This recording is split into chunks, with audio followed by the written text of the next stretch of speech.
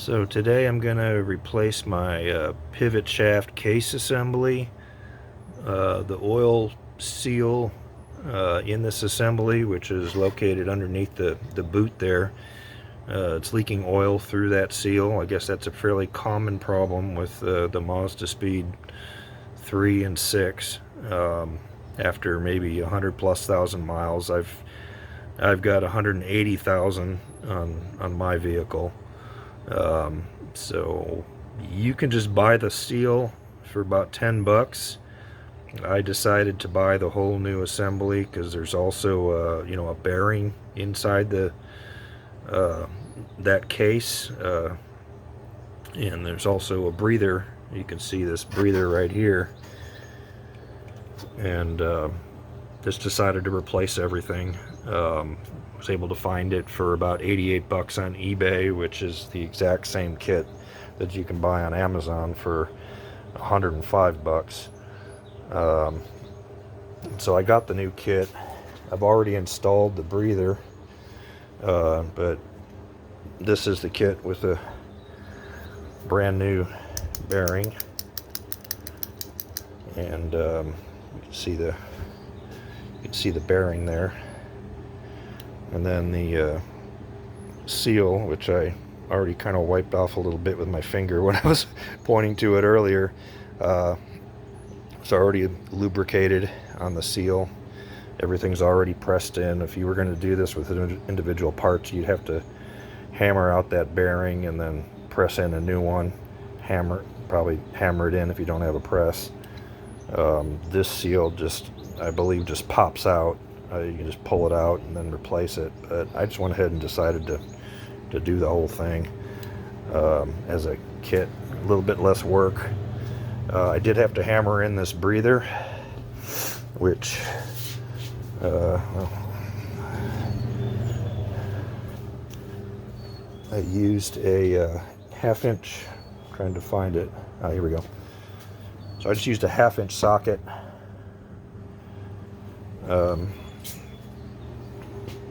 Standard half-inch hex head socket, which fits nicely over the bearing.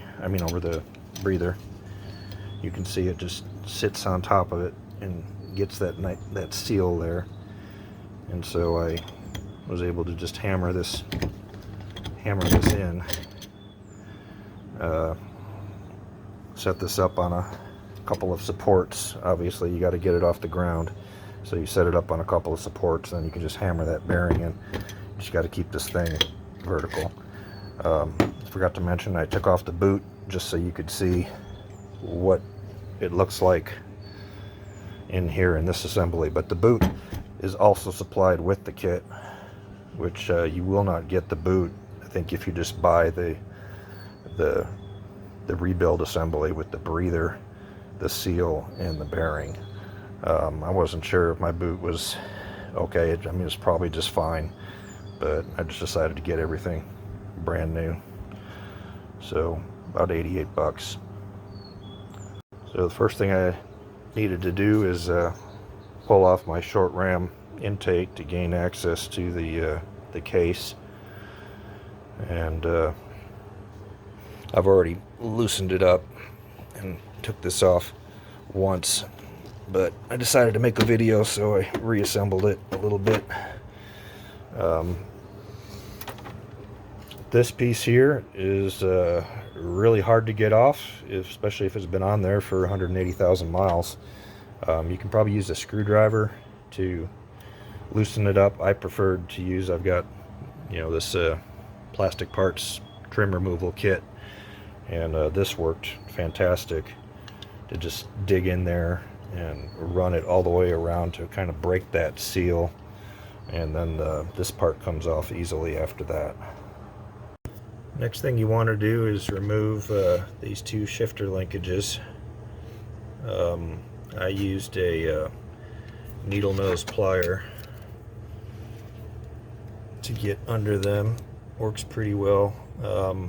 You might even want to spray a little bit of WD-40 or Superzilla underneath there just to make it come off a little bit easier. I had a little trouble getting it off. until I did that. But those two things pop off next. So just get my pliers under there and lift up. It pops off. Do the same thing with the other one.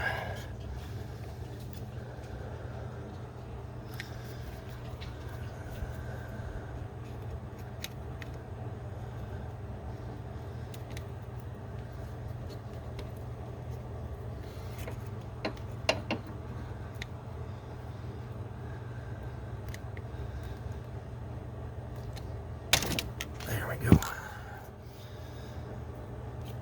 All right. Next, we need to remove these 2 bolts. There's a total of 4 bolts holding this assembly on. You remove the 2 here, here, and here that hold this shifter assembly on. Okay, those 2 bolts are off, and the shifter assembly can be removed. You just slide it out. Be careful not to lose this part here on the end. This part here can easily come off, so make sure that that part is accounted for and does not come off in removal or replacement. Also, these are the 2 bolts. The one on the left, the longer bolt, is going to be in this front left position here, so keep that in mind. Now we can take out the other 2 bolts. Okay, once the shifter assembly is removed, there's 3 more bolts that need to be removed from the case. There's that back left corner, right corner, and front right. I've already got them loosened up. All these bolts so far have been 12 millimeter, except the guide pin, which is 14. And the next thing to do is remove this bolt here, which is directly below the shaft. It's the top bolt below this case assembly, and that's a guide pin for the shaft, and removing that is going to make it a whole lot easier to get this out. Okay, the guide pin is out. As you can see, there's got a little pin on the end of the bolt, so there's no mistaking this for anything else, so we'll just set it aside. Okay, all of the bolts are out. So we've taken out these 5 bolts, so the rear shifter assembly bolt, which is the short one, and then the 4 case bolts, which are all the same size. As you can see, these 4, this, and then the guide pin. Next, this is looking pretty gnarly in here. It's been leaking for quite a while, so I would advise cleaning this up a little bit before you try getting this off, because you certainly don't want anything to fall back into the transmission. So I'm going to just do a little bit of cleanup here before we go to the next step. Okay, I feel a lot better about the way it's looking now. Much cleaner. I was especially concerned about this corner here, because this goes down pretty far, and wouldn't take too much for some gunk in that area to fall into the transmission as you're getting it out. So I highly recommend cleaning this area here, especially if you, I recommend doing the whole thing, but it's just an extra precaution there that I think is well worth the time. So the next thing to do is we're going to try to pry this off. There's a gasket on here, and the way that I think I'm going to do that is with this pry bar. Just kind of loosen it up right here and use this round area here as a leverage point, and should be able to loosen it up. When it starts loosening up, you'll hear little crackling sounds as the gasket separates from the unit. I'm not going to video myself doing this, but that's the way that I'm going to give it a shot. Let you know how it works. Okay, well, that didn't really take too much. The assembly is loose, and now I'm going to attempt to remove it.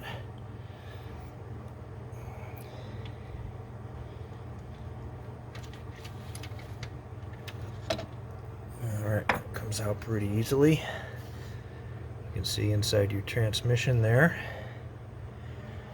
And this is the assembly. Oh, see, now something fell off of here, so make sure you pull it straight out and remove it, get it away from the vehicle as quickly as possible, so that you don't have anything fall back into there.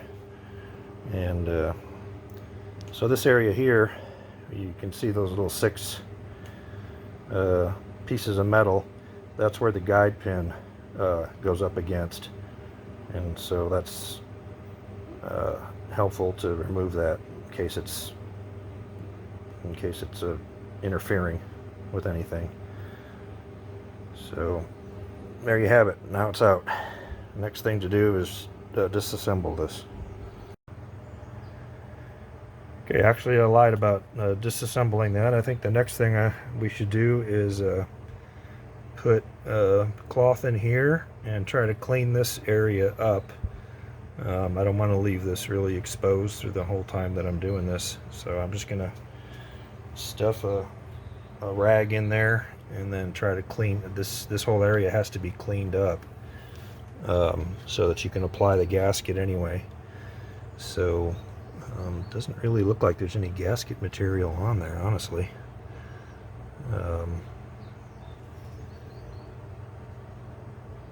Yeah, so, and this here, you can see these two stick up, so that's gonna force this thing to be aligned properly when you put the mating piece on. I don't know if you can see that, but yeah, this is above. These are holes, through holes, but these are actually inserts up that are up above this assembly here. So I guess what I recommend is actually just trying to pull up on this and see if it just comes straight out without having to pry on it, since you have these two pieces here. In all honesty, I didn't try that the first time. I had left one of these bolts on and was prying on it. I could hear it sounded like gasket material, but apparently it wasn't. Let's see. Yeah, there's a little bit of possible gasket material on here, but it's all just going to need to be cleaned up. But yeah, so try to pull it out.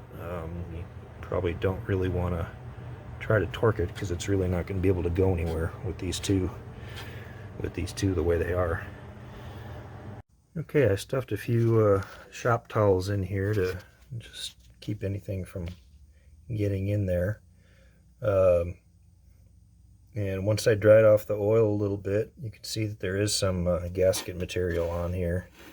A little bit here, quite a bit in the back here. So that needs to be removed with, I guess I'd recommend using a razor blade. Be careful not to mar this too much. I know the other piece is aluminum. It's a little bit softer, the mating piece. But yeah, clean that up. When you're scraping, scrape away from the hole at all times, and then we're going to clean it up with some brake parts cleaner. Just make sure it's good and clean and ready to accept some gasket material later. Okay, I've got this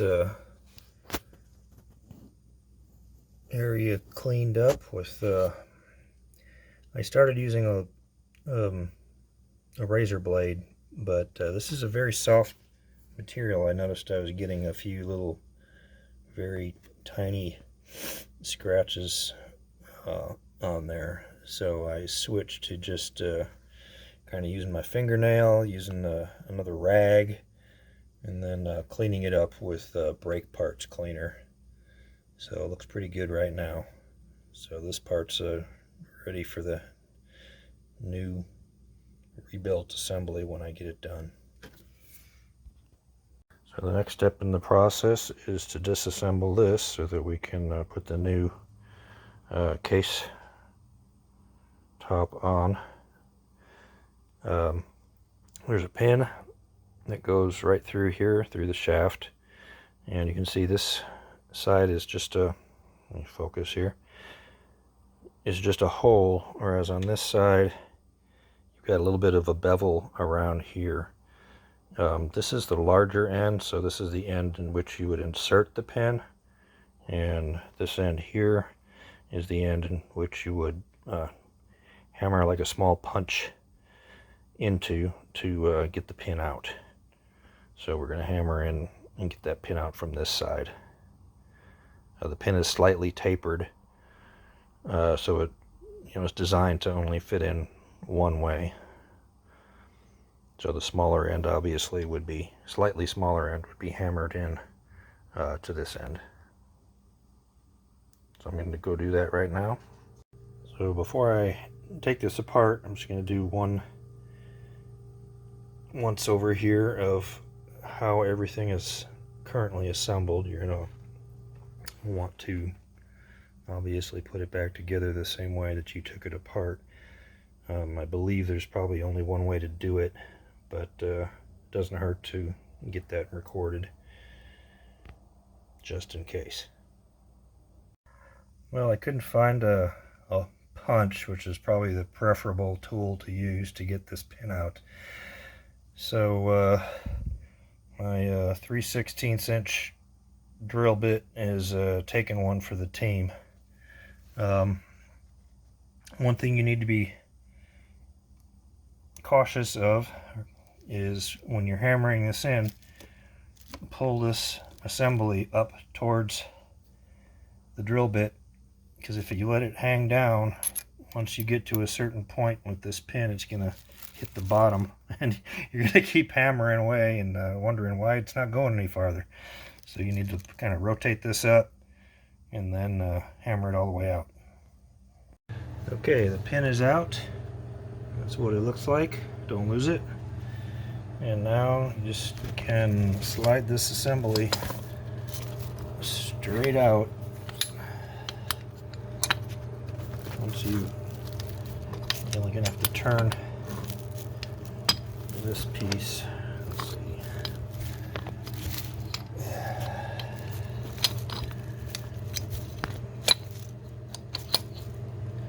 There we go. Slide it right there, past there. And this comes completely off. And now you can remove this component here and replace it with the new one.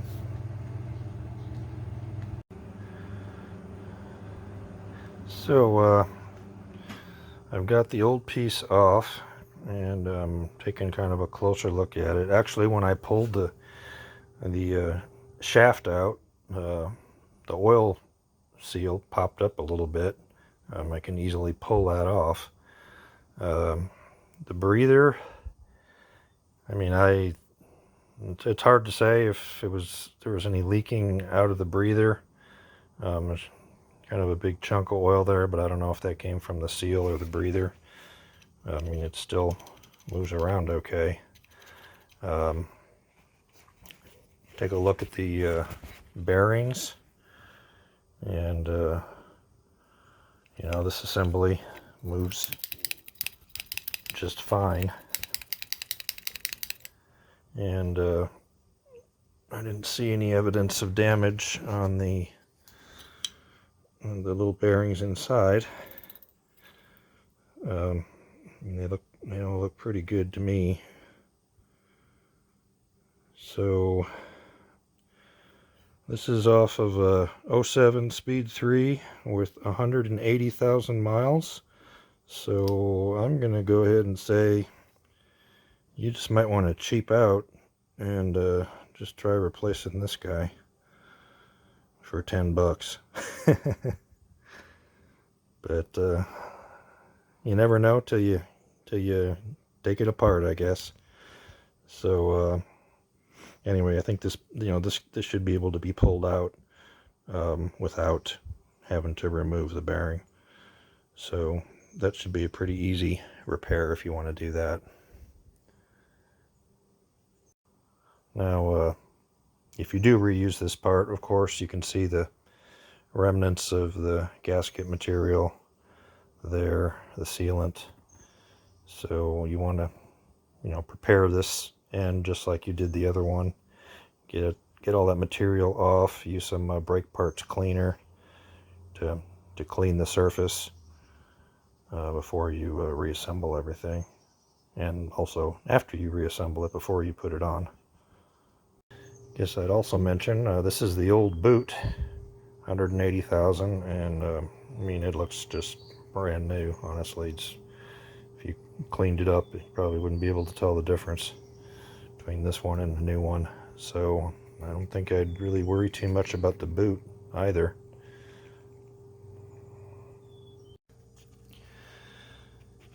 So you might want to ignore what I just said about the boot. I just cleaned this one up and thought, well, let's just hold it up against the other one.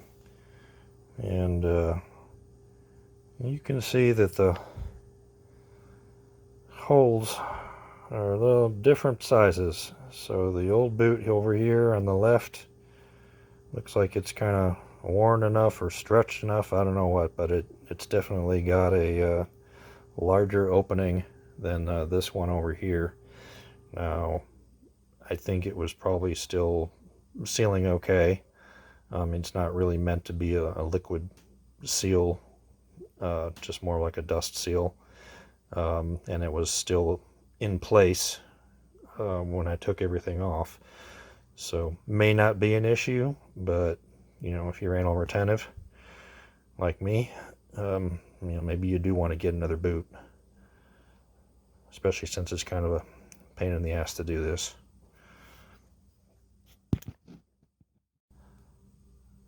Okay, I apologize for the mop bucket being in the way, but I don't have 3 hands, so I thought I would just catch the reassembly here. Just going to put the new piece on.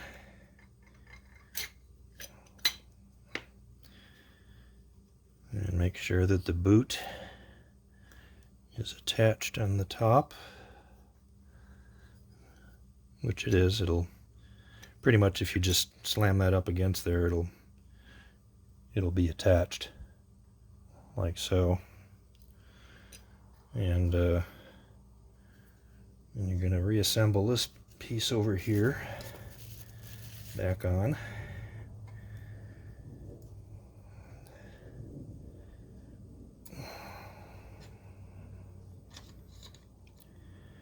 And you're going to want to line up these 2 holes, because this thing goes on only one certain way, and you want to make sure those holes are lined up like so. So there they are. The holes are lined up. Everything's back in place. Oops, there we go. We gotta get that like so. And that's the way it goes back on. So we flip it over, and we're gonna hammer that cotter pin back in, not cotter pin, but retaining pin back inside. So when this thing is put back together, you're going to have this assembly riding up and down in this slot, and when you've got the shifter pointing downward, the gearing should be over on this side here, and your holes should be aligned, and that's the way that it goes. And then what you can do is you can just rotate this out of position to put your cotter pin back in, or put your retaining pin back in. Okay, the next thing I'm going to do, I'm just going to set this aside and keep it out of the way, but before I move on to putting the gasket material on the transmission, I'm going to clean all of this exterior, the mating surface, with brake parts cleaner. Just want to make sure I didn't accidentally get any oils or anything on it while I was reassembling. Alright, it's time to put on the gasket material and reassemble. So I'm going to pull out the cloths. I've already cleaned the surface with brake parts cleaner, and I'm going to use this Permatex Ultra Black, which is an oil resistant gasket maker. And the way that the instructions on this say that you reassemble immediately. Some of the videos out there, I don't know if they're using Ultra Black, but they say, well, we waited a while, like waited an hour, and then we reassembled it. Now I think you really want to reassemble it immediately, but do not tighten up any of the bolts. It says, you know, reassemble, hand tighten the bolts, which we probably won't be able to do because they have that kind of a, I don't know, I guess it's a kind of a locking compound, a thread locking compound on them. So I'm probably just going to get it in position and just let the weight of it form the gasket and let that sit for an hour, which is according to the directions. You know, just let it sit for an hour, and after that you can tighten it to torque specs. And then once that's done, you need to wait 24 hours for this stuff to fully cure. So you might want to do this on a Friday evening or Saturday. Okay, I've got the gasket material on. You want to make sure you go around each of the bolt holes, have a continuous seam around here.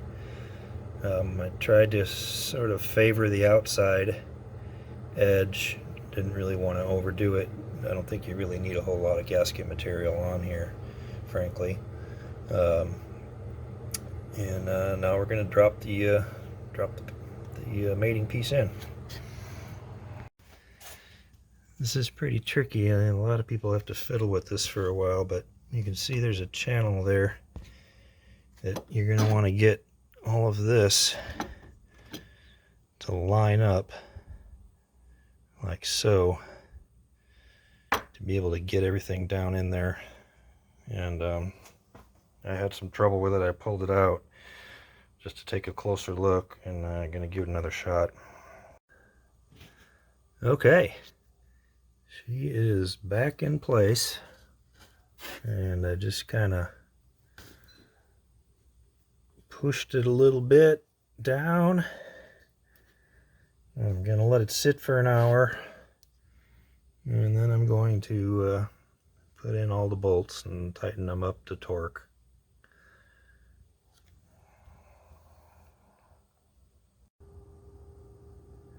Okay, it's now been an hour, so it's now safe to go ahead and take these three bolts, the right front, the right rear, and the left rear, and tighten them up to torque spec, and then we'll follow up with putting the shifter assembly back in place.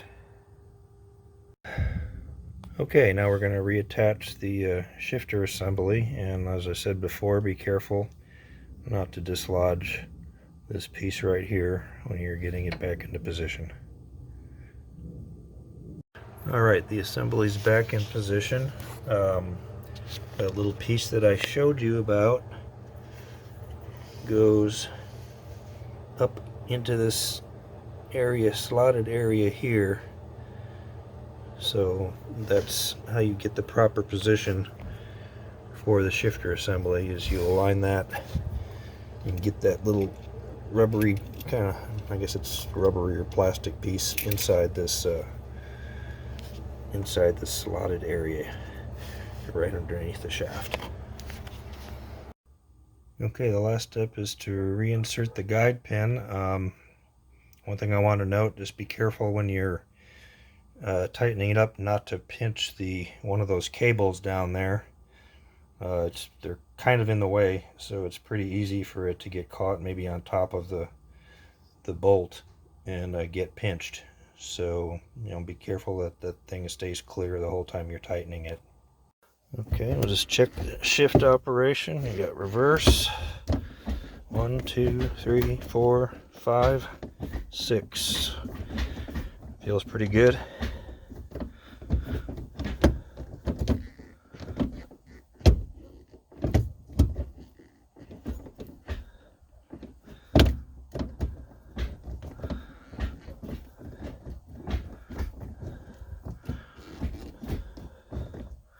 All right. So the final step is to reattach the intake, whether you have a stock intake or a short ram, and get all that buttoned up. So before you reattach the intake with the MAF housing, or the MAF sensor, you might want to just take a look inside your pipe, see if there's any residue or oil or anything in there. It looks pretty clean to me. A little bit of dust, so you might want to just clean that out before you put this piece back on, or whatever your next piece is off of this pipe.